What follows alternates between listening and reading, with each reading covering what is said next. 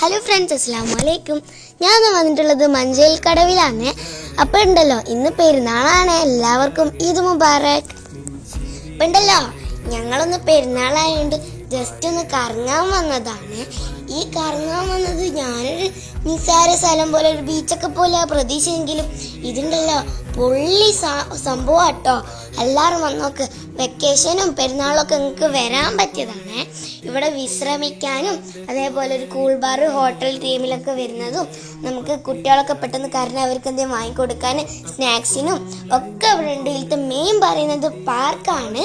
So ഇവിടുത്തെ പാർക്കിൽ എൻ്റെ അനിയന് കൂടുതൽ ഇഷ്ടപ്പെട്ടത് അവിടെയുള്ളൊരു സ്ലൈഡാണ്.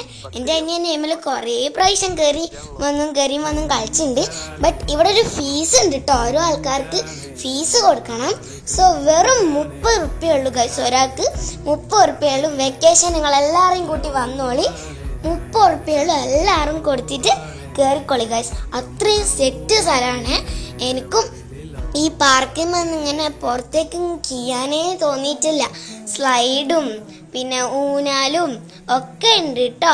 നമുക്ക് വലിയവർക്കും കളിക്കാനൊക്കെ പറ്റുവേ. അപ്പോൾ ഗൈസ്, സ്കൂളൊക്കെ തുറക്കാനായില്ലേ, വെക്കേഷനൊക്കെ കഴിഞ്ഞില്ലേ. അപ്പോൾ വെക്കേഷൻ കഴിഞ്ഞാൽ കുറച്ച് ദിവസം കൂടിയുള്ളൂ. നിങ്ങളെല്ലാവരും വന്ന് വേഗം അടിച്ച് പൊളിച്ചോളി ഗൈസ്. നിങ്ങളിത് വന്നിട്ടില്ലെങ്കിൽ ഉണ്ടല്ലോ നിങ്ങൾക്ക് വമ്പ നഷ്ടമാണ് ഗൈസ്.